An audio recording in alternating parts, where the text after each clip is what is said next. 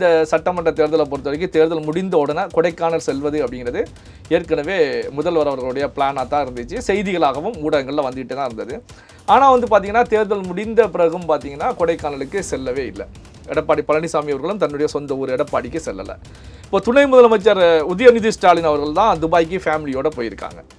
இப்போது முதலமைச்சர் எதிர்க்கட்சி தலைவர் ரெண்டு பேருமே என்ன காரணத்துக்காக தமிழகத்துடைய தலைநகராக இருக்கக்கூடிய சென்னையிலேயே நிலை கொண்டு இருக்காங்க அப்படின்னாலே அவர்களுக்கு ஏற்பட்டிருக்கக்கூடிய ஒரு விதமான ஒரு பீதி அப்படின்னு சொல்லலாம்.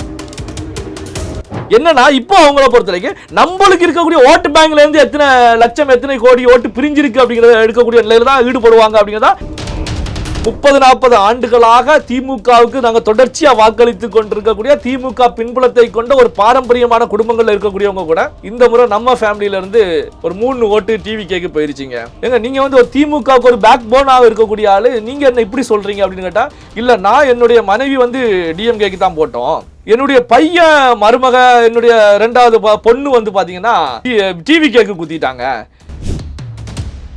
விஜய் அவர்கள் சொன்னது போல வீட்டுக்கு ஒரு ஓட்டு அப்படிங்கிறத தாண்டி இந்த தேர்தலில் பார்த்தீங்கன்னா வீட்டுக்கு பல ஓட்டுகள் தாவேகாவுக்கு பதிவாகி இருக்கிறது.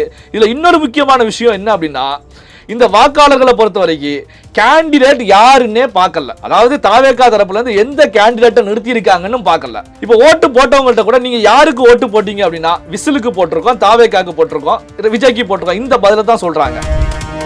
இது விஜய்க்கு பெரிய அளவில், அதாவது பார்த்தீங்கன்னா ஒரு கட்சி தன்னை நிலைப்படுத்துவதற்கு விளம்பரங்கள் தன்னுடைய சொற்பொழிவுகள் பேச்சுக்கள் மூலமாக பண்ணுவதை தாண்டி மக்கள் மத்தியிலேயே ஒரு மாற்றம் வராதா அப்படிங்கிற ஒரு ஏக்கம் இருக்கும் போது அந்த நேரத்தில் அதிரடியாக ஒரு தலைவர் ஒருத்தர் களத்தில் குதிக்கிறாங்க.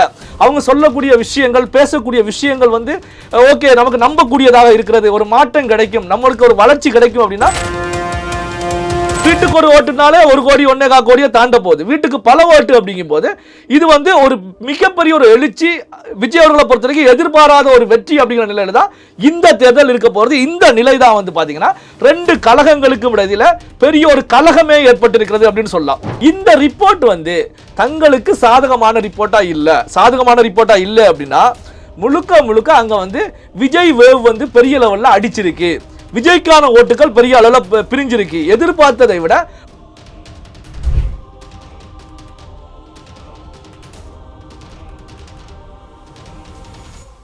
ரியல் ஒன் உறவுகளே, நடுநிலையோடு பொறுப்புடன் செய்திகளை வழங்கி பல லட்சக்கணக்கான மக்களின் நம்பிக்கையை பெற்ற நமது சேனலின் வளர்ச்சிக்கு உங்கள் ஆதரவு தேவை. இந்த ஊடக பயணம் தொடர்ந்து வலுப்பெற திரையில் தெரியும் QR கோட் ஸ்கேன் செய்தோ அல்லது டிஸ்கிரிப்ஷனில் உள்ள வங்கி விவரங்கள் மூலம் உங்களால் முடிந்த அளவு சப்போர்ட் செய்யுங்கள். உங்கள் ஒவ்வொரு ஆதரவும் நமது குரலை இன்னும் பல லட்சம் பேரிடம் கொண்டு செல்ல உதவும்.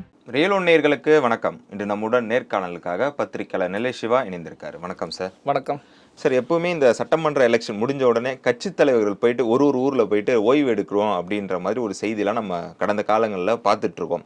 இந்த முறை பாத்தீங்கன்னா முதல்வர் அவர்கள் கொடைக்கானல் போறதாக இருந்துச்சு, ஆனா போகலன்ற ஒரு செய்தி ஒன்று வந்திருக்கு. அது மட்டும் இல்லாம எடப்பாடி பழனிசாமி அவர்கள் எடப்பாடிக்கும் போகல அப்படின்ற மாதிரி ஒரு செய்தி வந்திருக்கு.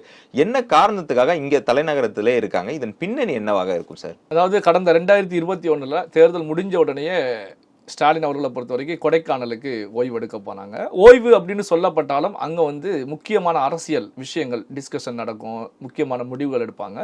அப்போ நாம் செய்திகள் தொடர்ச்சியாகவே பார்த்துக்கிட்டே தான் இருந்தோம். அடுத்து அமையக்கூடிய தன்னுடைய ஆட்சியில் அமைச்சரவையில் யார் யாருக்கு இடம் கொடுக்கணும், யார் யாருக்கு எந்த இலாகா, இது எல்லாமே கொடைக்கானலில் ஓய்வில் இருக்கும்போது முடிவு செய்யப்பட்டது, அதில் ஈடுபட்டுக்கிட்டு இருக்காங்க அப்படின்னு பார்த்தோம். அதே போல தான் இந்த சட்டமன்ற தேர்தலை பொறுத்த வரைக்கும் தேர்தல் முடிந்த உடனே கொடைக்கானல் செல்வது அப்படிங்கிறது ஏற்கனவே முதல்வர் அவர்களுடைய பிளானாக தான் இருந்துச்சு. செய்திகளாகவும் ஊடகங்களில் வந்துகிட்டு தான் இருந்தது. ஆனால் பார்த்தீங்கன்னா தேர்தல் முடிந்த பிறகும் பார்த்தீங்கன்னா கொடைக்கானலுக்கு செல்லவே இல்லை. எடப்பாடி பழனிசாமி அவர்களும் தன்னுடைய சொந்த ஊர் எடப்பாடிக்கு செல்லலை. இப்போ துணை முதலமைச்சர் உதயநிதி ஸ்டாலின் அவர்கள் தான் துபாய்க்கு ஃபேமிலியோடு போயிருக்காங்க. இப்போ முதலமைச்சர் எதிர்க்கட்சி தலைவர் ரெண்டு பேருமே என்ன காரணத்துக்காக தமிழகத்துடைய தலைநகராக இருக்கக்கூடிய சென்னையிலேயே நிலை கொண்டு இருக்காங்க அப்படின்னாலே அவர்களுக்கு ஏற்பட்டிருக்கக்கூடிய ஒரு விதமான ஒரு பீதி அப்படின்னு சொல்லலாம். காரணம் என்ன அப்படின்னா, இந்த வாக்குப்பதிவுக்கு முந்தைய நிலையில் பார்த்தீங்க அப்படின்னா நாங்கள் வெற்றி பெற்று விட்டுடலாம், வெற்றிக்கான வாய்ப்புகள் அதிக அளவில் இருக்கிறது அப்படிங்கிற நிலையில தான் ரெண்டு தலைவர்களுமே முதல்வர் மு க ஸ்டாலின் அவர்களும் கட்சியை முடுக்கி விட்டாங்க. அதற்கான வேலையில் வேகமாக ஈடுபட்டு இருந்தாங்க, வேகமான செயல்பாடுகளில் இருந்தாங்க. இந்த பக்கம் எதிர்க்கட்சி தலைவராக இருக்கக்கூடிய எடப்பாடி பழனிசாமி அவர்களும் தன்னுடைய கட்சி தன்னுடைய கட்டமைப்பு அனல் பறக்கக்கூடிய பிரச்சாரம் அப்படின்னு சொல்லி ஈடுபட்டு இருந்தாங்க. ரெண்டு தரப்புல இருந்துமே எடுக்கப்பட்ட சர்வேக்கள், பல பிரைவேட் கம்பெனிகள் மூலம் எடுக்கப்பட்ட சர்வேக்கள், உளவுத்துறை மூலமாக எடுக்கப்பட்ட சர்வேக்கள் அப்படின்னு சொல்லி அவங்களுக்கு சாதகமான ரிப்போர்ட்டை கொடுத்துட்டு இருந்தாங்க. இதில் கவனிக்கப்பட வேண்டிய விஷயம் என்ன அப்படின்னா, இந்த பக்கம் முதல்வர் அவர்களும் இன்டெலிஜென்ஸ் மூலமாக பிரைவேட் கம்பெனிகள் மூலமாக ரிப்போர்ட்டை எடுத்துக்கிட்டே இருக்காங்க. இந்த பக்கம் எதிரில் இருக்கக்கூடிய அதிமுக எதிர்க்கட்சி தலைவர் எடப்பாடி பழனிசாமியும் எடுத்துக்கிட்டே இருக்காங்க. ஆனால் இந்த பக்கம் பார்த்தீங்கன்னா, இந்த பக்கம் வந்து திமுக வெளில போகிறது அப்படிங்கிற ரிப்போர்ட்டை தான் அந்த பிரைவேட் கம்பெனிகள் எல்லாமே கொடுத்துட்டு இருக்காங்க. இந்த பக்கம் எடுக்கக்கூடிய சர்வேக்களை பொறுத்த வரைக்கும் அது அதிமுக வெளில போகுது அப்படி தான் கொடுத்துட்டு இருக்காங்க. அதாவது தமிழக தேர்தலில் ஒரு கட்சி தான் வெற்றி பெற முடியும். ஆனால் ரெண்டு கட்சிகளுக்குமே வந்து சர்வே ரிப்போர்ட்டுகளை பொறுத்த வரைக்கும் ரெண்டுக்குமே ஃபேவரான ஒரு சர்வே ரிப்போர்ட்டாக தான் இருந்தது. இதிலேயே அந்த சர்வே ரிப்போர்ட்டுகள் வந்து எந்த அடிப்படையிலான ரிப்போர்ட்டுகள் அப்படிங்கிறத நாம தெளிவாக உணரலாம். அதுக்காக தான் இது போன்ற கருத்துக்களை இப்போ பதிவு பண்ணுறேன். இப்போ காரணம் என்ன அப்படின்னா, வாக்குப்பதிவு முடிந்த நிலையில், இப்போ வாக்குப்பதிவு நடக்கும்போது 23ஆம் தேதி நடக்கும்போது வந்து பார்த்தீங்கன்னா, இறுதியில் வந்து வாக்குப்பதிவுகளை பொறுத்தவரை கடைசி நேரத்தில் ஒரு விதமான பதட்டமான ஒரு சூழலில் தான் பரவலான பூத்துகள் இருக்கு. ஏற்கனவே தேர்தல் கமிஷனை பொறுத்த வரைக்கும் இந்தந்த பூத் எல்லாமே வந்து கொஞ்சம் பிரச்சனைகள் நடப்பதற்கான பூத் அப்படின்னு சொல்லி ஏற்கனவே பாதுகாப்பு அதிகப்படுத்தி இருப்பாங்க. அதே போல தான் இந்த ஆண்டும் பல பூத்துகளை வந்து அவங்க இந்தந்த பூத்துகள் எல்லாம் எச்சரிக்கையாக இருக்கணும், ஸோ அசம்பாவிதம் நடப்பதற்கான பூத்துகள் அப்படிங்கிற நிலையில் இருந்தாலும் அதே போல தான் கடைசி நேரத்தில் பல பூத்துகளில் பிரச்சனைகள் பெரிய அளவில் வெடித்தது. ஆனாலும் வெளியில் வந்து தெரியாத ஒரு சூழல்லாம் இருந்துச்சு. ஆனால் வாக்குப்பதிவு முடிந்த பிறகுதான் இந்தந்த பூத்துல எல்லாம் பிரச்சனை நடந்துச்சு, அங்கங்கெல்லாம் பிரச்சனை நடந்துச்சு, இங்கே வாக்குவாதம் நடந்துச்சு, இல்லை இங்கே கைகலப்பு நடந்துச்சு அப்படிங்கிற செய்திகள் ஒன்றன் பின் ஒன்றாக வந்துட்டு இருக்கு. ஆனால் வந்து பார்த்தீங்கன்னா, இதில் வந்து ஏற்கனவே தெரியும், துறைமுகத்தில் வந்து சேகர் பாபு அவர்களுக்கும் திமுக கேண்டிடேட்டாக நிற்கக்கூடிய அமைச்சர் சேகர் பாபு அவர்களுக்கும் அதே போல வந்து தாவேக தரப்பில் நிற்கக்கூடிய வேட்பாளருக்கும் நேரடியாகவே ஒரு மோதல் நடந்தது. இதில் கைகலப்பு நடந்ததாகவும் செய்திகள் வந்துட்டு தான் இருந்துச்சு. இப்போ வந்து பார்த்தீங்கன்னா, இப்போ வந்து என்ன காரணத்துக்காக ரெண்டு தலைவர்களும் சென்னையிலேயே இருக்காங்க அப்படின்னா, எல்லா கட்சிகளுமே பெரிய ஒரு கட்சின்னு எடுத்துக்கிடுவோமே. இப்போ திமுக வந்து நீண்ட நெடிய காலமாக அரசியல் களத்தில் இருக்கக்கூடிய கட்சி, அதிமுகவும் இருக்கக்கூடிய கட்சி. ரெண்டு கட்சிகளுமே தங்களுடைய ஸ்ட்ராட்டஜி அப்படிங்கிற நிலையில பல்வேறு நிறுவனங்கள் கூட வந்து பார்த்தீங்கன்னா பெரிய அளவில் பல கோடிகளை தட்டி நிறுவனங்களை இறக்கி வச்சிருப்பாங்க. இன்னும் அதிக மக்களை சென்றடைய வேண்டுமா? இன்றைய டிஜிட்டல் உலகில் சரியான ப்ரமோஷன் தான் வெற்றியின் முதல் படி. தமிழகம் முழுவதும் பல லட்சக்கணக்கான பார்வையாளர்களை தினமும் சென்றடையும் ரியல் ஒன் யூடியூப் சேனல்களில் உங்கள் பிசினஸ் இனி எல்லோரும் அறியட்டும். குறைந்த செலவில் அதிக ரீச். உங்கள் பிராண்டுக்கு நம்பிக்கையும் வளர்ச்சியும் சேர்க்க இன்றைய எங்களை தொடர்பு கொள்ளுங்கள். 9280087164. இப்படி பார்க்கும் போதான் இந்த ஸ்ட்ராட்டஜி கம்பெனிகளை பொறுத்த வரைக்கும், ஸ்ட்ராட்டஜிஸ்டுகளை பொறுத்த வரைக்கும் அந்த வாக்குப்பதிவு நடக்கக்கூடிய நேரத்தில் எப்படி இருக்கிறது, மக்களோட மனநிலை எப்படி இருக்கு, பூத்தில் வந்து வாக்குப்பதிவு எப்படி நடக்கிறது என்ன பார்த்தீங்கன்னா, இந்த ஸ்ட்ராட்டஜிஸ்டுகளை பொறுத்த வரைக்கும் அவங்க கம்பெனி சார்பாக ஒவ்வொரு பூத்துக்குமே ஒரு ஆளை இறக்கி விடுவாங்க. இதான் பிரசாந்த் கிஷோர் ஃபாலோ பண்ணக்கூடிய ஒரு ஸ்ட்ராட்டஜியா இருந்துச்சு. என்னன்னா, அந்த போலிங் நடக்கும் போதே பூத்தில் தன்னுடைய ஆட்களை உட்கார வைப்பாங்க. அங்கே பூத்தில் வந்து ஒவ்வொருத்தரும் வாக்கு செலுத்தும் போது அந்த வாக்கு இயந்திரத்தில் வரக்கூடிய சவுண்ட், அதாவது பார்த்தீங்கன்னா ஒவ்வொரு பட்டனுக்கு முன்னாடி சின்ன சின்ன டிஃபரன்சியேட் இருக்கும். இந்த டிஃபரன்சியேட்டை வச்சு அப்போ இந்த கட்சிக்கான வாக்குக்கான சவுண்ட் இதுதான் அப்படிங்கிற மெமரியில் வச்சு எத்தனை வாக்குகள் இந்த சவுண்டில் பதிவாகி இருக்கிறது அப்படின்னு சொல்லி கால்குலேட் பண்ணி இறுதியில் வந்து ஒரு ரிப்போர்ட்டை கொடுப்பாங்க வாக்குப்பதிவு முடிஞ்ச உடனே. ஸோ இத்தனை தொகுதிகளில் வந்து நம்மளுடைய கட்சி வெற்றி பெறக்கான வாய்ப்புகள் இருக்கிறது. இது கடந்த முறை 2021 பிரசாந்த் கிஷோர் அவர்கள் இந்த அடிப்படையில் தான் வாக்குப்பதிவு முடிந்த உடனேயே திமுக தலைவருக்கு மு.க. ஸ்டாலின் அவர்களுக்கு ரிப்போர்ட்டை கொடுத்தாங்க. அவர் கொடுத்த ரிப்போர்ட் வந்து ரிசல்ட் வரும்போது பெரிய அளவில் வித்தியாசம் இல்லை. ஒரு 4-5 தொகுதிகள் டிஃபரன்சியேட்ல ரிசல்ட் அமைஞ்சிருந்துச்சு. அப்பயே நமக்கு ஒரு ஆச்சரியம் ஏற்பட்டது. என்னன்னா, எப்படி அக்யூரேட்டா பிரசாந்த் கிஷோர் ரிப்போர்ட் கொடுத்தாங்க அப்படின்னா, ஸோ இந்த அடிப்படையில் தான் இதை வந்து எல்லா கம்பெனிலுமே ஃபாலோ பண்றாங்க. அப்போ வந்து பார்த்தீங்கன்னா, இந்த ரிப்போர்ட் வந்து ரெண்டு கட்சி தலைவர்களுக்கும் கொடுக்கப்பட்டிருக்கும். முதல்வர் மு.க. ஸ்டாலின் அவர்களுக்கும் சென்றிருக்கும், எதிர்க்கட்சி தலைவர் எடப்பாடி பழனிசாமி அவர்களுக்கும் அவர்களுடைய சார்புடைய நிறுவனம் கொடுத்திருப்பாங்க. அப்போ வந்து பார்த்தீங்கன்னா, இந்த ரிப்போர்ட் வந்து தங்களுக்கு சாதகமான ரிப்போர்ட்டா இல்லை அப்படின்னா முழுக்க அங்க வந்து விஜய் வேவ் வந்து பெரிய லெவல்ல அடிச்சிருக்கு. விஜய்க்கான ஓட்டுகள் பெரிய அளவில் பிரிஞ்சிருக்கு. எதிர்பார்த்ததை விட பூத் கமிட்டியை பொறுத்த வரைக்கும் தாவேகா தரப்புல இருந்தும் பூத் கமிட்டியில வந்து ஒரு 5-10 பசங்க உட்கார்ந்து இருந்தாங்க. இப்போ பாத்தீங்கன்னா ஒரு பூத் கமிட்டி கேண்டிடேட்டை நிறுத்த முடியாதுன்னு சொன்ன கட்சி கேண்டிடேட்டை இறக்கிட்டாங்க. பூத் கமிட்டியை ஸ்ட்ராங் பண்ணி அங்க ஆட்களை போட்டிருக்காங்க. ஸோ அப்போ வந்து பாத்தீங்கன்னா ஓட்டுகளும் பெரிய அளவில் பரவலாக விஜய்க்கு சென்றிருக்கு. குறிப்பாக எடுத்துக்கிட்டிங்கன்னா, நான் வந்து இந்த வாக்குப்பதிவு முடிஞ்ச பிறகு வாக்குப்பதிவு நடக்கிற நாட்கள்ல இருந்து பரவலாக பேசிட்டு இருக்கேன். எல்லா கட்சியிலுமே நம்முடைய நண்பர்கள் இருக்காங்க, முக்கியமான பதவிகள் எல்லாம் இருந்துகிட்டு இருக்காங்க. அவங்க கிட்ட பேசும்போது கூட 30-40 ஆண்டுகளாக திமுகவுக்கு நாங்கள் தொடர்ச்சியாக வாக்களித்து கொண்டிருக்கக்கூடிய திமுக பின்புலத்தை கொண்ட ஒரு பாரம்பரியமான குடும்பங்களில் இருக்கக்கூடியவங்க கூட இந்த முறை நம்ம ஃபேமிலியிலேருந்து ஒரு 3 ஓட்டு டிவிகேக்கு போயிருச்சிங்க. ஏங்க நீங்கள் வந்து ஒரு திமுகவுக்கு ஒரு பேக் போனாக இருக்கக்கூடிய ஆள், நீங்கள் என்ன இப்படி சொல்கிறீங்க அப்படின்னு கேட்டால், இல்லை நான் என்னுடைய மனைவி வந்து டிஎம்கேக்கு தான் போட்டோம், என்னுடைய பையன் மருமக என்னுடைய 2வது பொண்ணு வந்து பார்த்தீங்கன்னா டிவிகேக்கு குத்திட்டாங்க. கேட்டால் நீங்கள் கம்முன்னு இருங்கப்பா எங்களுக்கு தெரியும் அப்படின்ட்டாங்க. அவங்க ஒரு மேலே நம்ம எப்படி போக முடியும்? ஏன்னா அதுக்கு மேலே பேசினா குடும்பத்தில் பிரச்சனை வரும். சரி ஓகே அப்படின்னு சொல்லிட்டு அதை நம்ம ஃபேமிலியிலேருந்து 3 ஓட்டு டிவிகேக்கு பிரிஞ்சிருச்சு அப்படிங்கிறாங்க. இன்னொரு முக்கியமான ஒரு நபர்கிட்ட பேசும்போது, திமுகவில் ரொம்ப முக்கியமான நபரை பேசும்போது, என்னுடைய பையன் வந்து டிவிகேக்கு போட்டாப்பா அப்படிங்கிறாங்க. ஏங்க நீங்கள் எவ்வளோ பெரிய ஆள், எப்படி களத்தில் வேலை பார்த்துட்டு இருந்தீங்க, உங்கள் ஃபேமிலி வந்து ஒரு ஓட்டு பிரிஞ்சிருக்கு அப்படின்னா என்ன செய்ய முடியும் அப்படிங்கிறாங்க. என்ன ரீசன் அப்படின்னா இதுதான் அந்த ஜெனரேஷன் அப்படிங்கிற ஒரு விஷயம். பார்த்தீங்கன்னா இப்போ இருக்கக்கூடிய ஜெனரேஷனை பொறுத்த வரைக்கும் மாற்றத்தை விரும்புகிறாங்க, புதிதாக ஒரு ஆளை எதிர்பார்க்குறாங்க.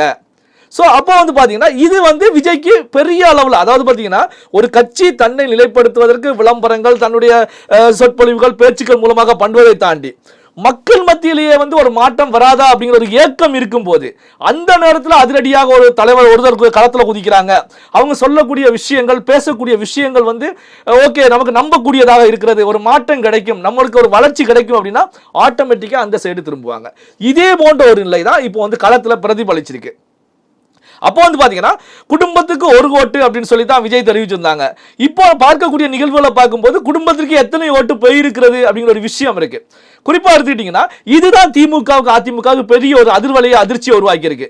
என்னன்னா இப்போ அவங்கள பொறுத்த வரைக்கும் நம்மளுக்கு இருக்கக்கூடிய ஓட்டு பேங்க்ல இருந்து எத்தனை லட்சம், எத்தனை கோடி ஓட்டு பிரிஞ்சிருக்கு அப்படிங்கிறத எடுக்கக்கூடிய நிலையில தான் ஈடுபடுவாங்க அப்படிங்கிறதா நாம் பார்க்கக்கூடிய ஒரு விஷயம். என்ன அப்படின்னா தேர்தலுக்கு முந்தைய நிலையில பூத்தை பொறுத்த வரைக்கும் ஒவ்வொரு பூத்லையுமே ஒரு 30 ஓட்டுகளுக்கு ஒரு நபர் அப்படிங்கிற நிலையில தான் ஒரு பூத் ஆட்களை போட்டிருந்தாங்க அப்படிங்கிறது நம்ம பார்த்துக்கிட்டு இருந்தோம்.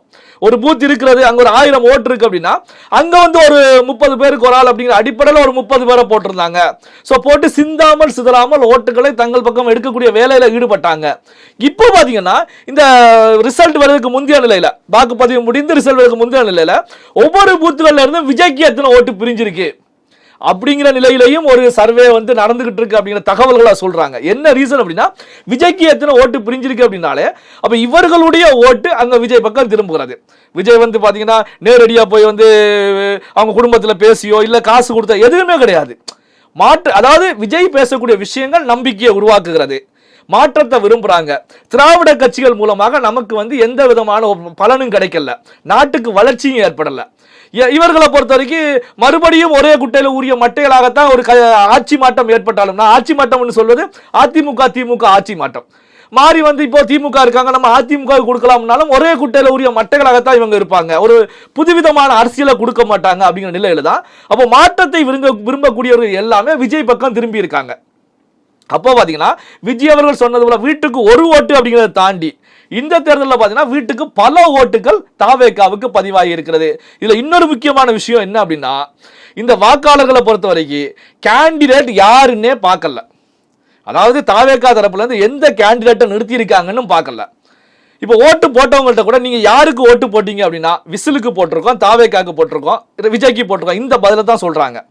அதே நேரத்தில் வந்து உங்க கேண்டிடேட் யாருன்னா கேண்டிடேட் நமக்கு தெரியாது, கேண்டிடேட் பேர் என்னன்னு கேட்டா தெரியல.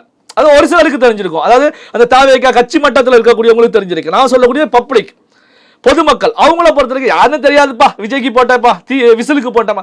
அப்போ பார்த்தீங்கன்னா இதுதான் வந்து ஒரு பெரிய ஒரு எழுச்சி அப்படின்னு நாம சொல்லிட்டு இருக்கோம். ஒரு எழுச்சி, ஒரு புரட்சி, ஒரு மாற்றத்துக்கான எழுச்சி அப்படின்னு சொல்லக்கூடிய விஷயம் இங்கே தான். என்ன அப்படின்னா அதாவது நம்முடைய கட்சிக்கு வேண்டியவர்கள், நம்முடைய கட்சியில பலனடையக்கூடியவர்கள், நம்முடைய கட்சியில போஸ்டிங்ல இருக்கக்கூடியவங்க போடக்கூடிய ஓட்டு வந்து ஒரு எழுச்சின்னு எடுக்க முடியாது.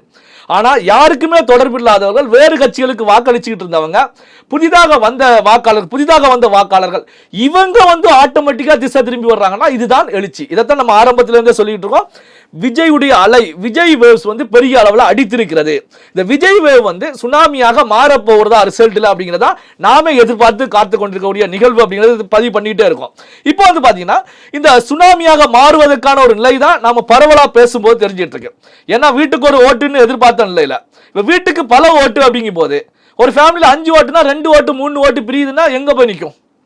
ஏற்கனவே வந்து சுமார் 4,85,00,000 வாக்காளர்கள் ஓட்டு போட்டிருக்காங்க. வீட்டுக்கு ஒரு ஓட்டுனாலே 1 கோடி 1.25 கோடியை தாண்ட போகுது. வீட்டுக்கு பல ஓட்டு அப்படிங்கும் போது இது வந்து ஒரு மிகப்பெரிய ஒரு எழுச்சி. விஜய் அவர்களை பொறுத்த வரைக்கும் எதிர்பாராத ஒரு வெற்றி அப்படிங்கிற நிலையில தான் இந்த தேர்தல் இருக்க போறது. இந்த நிலை தான் வந்து பாத்தீங்கன்னா 2 கழகங்களுக்கும் இடையில பெரிய ஒரு கலகமே ஏற்பட்டிருக்கிறது அப்படின்னு சொல்லலாம். 2 கழகங்களுமே இப்ப ஆடி போய் உட்கார்ந்துட்டு இருக்காங்க. சோ என்ன பண்றது அப்படின்னு. இதே நேரத்தில் கவனிக்கப்பட வேண்டிய விஷயம் என்ன அப்படின்னா, இந்த வாக்கு எண்ணிக்கை நடைபெறும் வரைக்கும் இந்த வாக்கு இயந்திரங்கள் வைத்திருக்கக்கூடிய பல இடங்கள்ல வச்சிருக்காங்கன்னு வச்சுக்கோங்க. இந்த வாக்கு இயந்திரங்கள் வச்சிருக்கக்கூடிய இடத்துல எந்த விதமான மறைமுகமான செயல்பாடுகளும் எதுவும் நடக்காம இருக்கணும். இதுக்கும் வந்து பாத்தீங்கன்னா தாவேகா தரப்புல இருந்து நிர்வாகிகளை போட்டிருக்காங்க, ஒவ்வொரு பூத்லையும் போட்டிருக்காங்க. ஆனாலும் வந்து ஒரு சில செய்திகள் வெளியாயிட்டு இருக்கு. அந்த செய்தியோட உண்மைத்தன்மை என்னன்னு தெரியல. இப்போ கூட பாத்தீங்கன்னா லயோலா காலேஜுக்குள்ள ஒரு ஆம்புலன்ஸ் ஒன்று போச்சு அப்படிங்கிறாங்க. இந்த ஆம்புலன்ஸ் அப்படிங்கிற விஷயம் வந்து நாம பல மாதங்களாகவே பார்த்துக்கிட்டு இருக்கோம். அந்த பிரச்சார காலத்துல இருந்தே பார்த்துக்கிட்டு இருக்கோம். திடீர்னு ஒரு மீட்டிங்கள் அது வந்து மாநாடுகள் நடக்கும்போது இடையில ஆம்புலன்ஸ் வரக்கூடிய நிகழ்வுகளை பார்த்துக்கிட்டு இருக்கோம். அப்போ வந்து பாத்தீங்கன்னா இந்த ஆம்புலன்ஸ் ஏன் உள்ள போன அப்படிங்கிற கேள்வி உருவாகிட்டு இருக்கு. இதே போல இந்த பெரிய திராவிட கட்சிகள் எந்த விதமான மறைமுகமான செயல்பாடுகளில் ஈடுபடாமல் இந்த வாக்குமூடிகள் வெளிவரணும் அப்படிங்கிறதா எல்லாருமே எதிர்பார்க்கக்கூடிய ஒரு விஷயம். இந்த தேர்தல் முடிவுகளை பொறுத்த வரைக்கும் கண்டிப்பாக 2 கழகங்களுக்குமே ஒரு ஷாக் ட்ரீட்மெண்ட் கொடுக்கும் அப்படிங்கிறதுலையும் எந்த விதமான ஒரு மாற்றமும் இருக்காது. எங்களோடு இணைந்து பல்வேறு தகவலை பயந்ததற்கு மிக்க நன்றி சார். நன்றி.